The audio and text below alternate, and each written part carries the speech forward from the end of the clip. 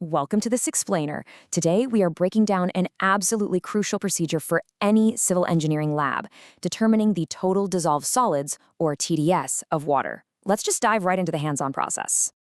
So before we even touch the equipment, what are we actually looking for? Total dissolved solids. This is literally the invisible load of salts, minerals, and organic matter just hanging out in our water.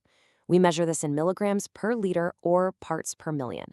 It's kind of like a hidden chemical fingerprint. You might look at a beaker of water and think it's perfectly clear, but that invisible fingerprint can seriously impact everything from soil stability to the ultimate strength of your concrete.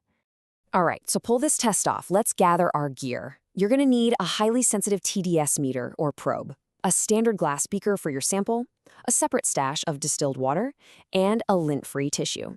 It's a pretty streamlined setup, right? But keeping these specific tools pristine, especially that probe, is absolutely key to getting lab results you can actually trust. Now here's the actual science behind the hardware. Your meter doesn't sit there and physically count solid particles. I mean, that'd be impossible. Instead, it measures the water's electrical conductivity, or EC.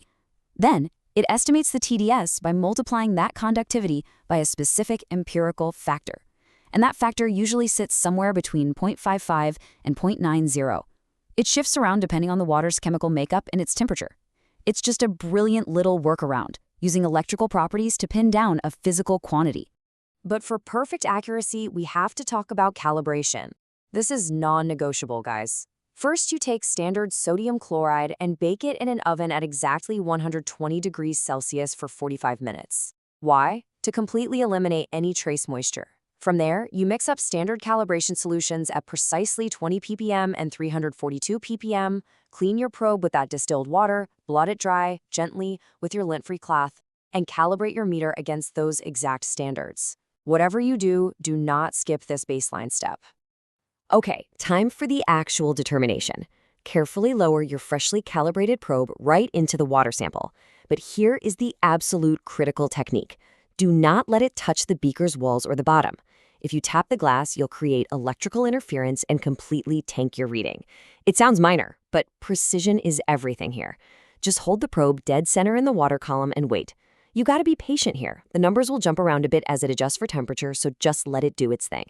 Once it completely settles, lock it in, log your final TDS value in milligrams per liter, and hey, don't forget to immediately rinse the probe with distilled water so it's good to go for the next round. Next up, documentation. You'll record your findings in a standard observation table just like this. Notice how it's laid out. You have to track the temperature right alongside the TDS value for every single sample. Remember that conversion factor we talked about earlier? Yeah, temperature directly controls that. So proper, exact documentation really is the backbone of reliable engineering. Once your samples are all processed, you wrap up your lab notebook with one definitive statement. The TDS of the given water sample is blank milligrams per liter. You just drop in that final stabilized measurement, and boom, your procedure is officially formalized. And that wraps up our explainer on determining total dissolved solids. By nailing the calibration chemistry and perfecting that probe technique, you've just added a massively important analytical skill to your tool belt.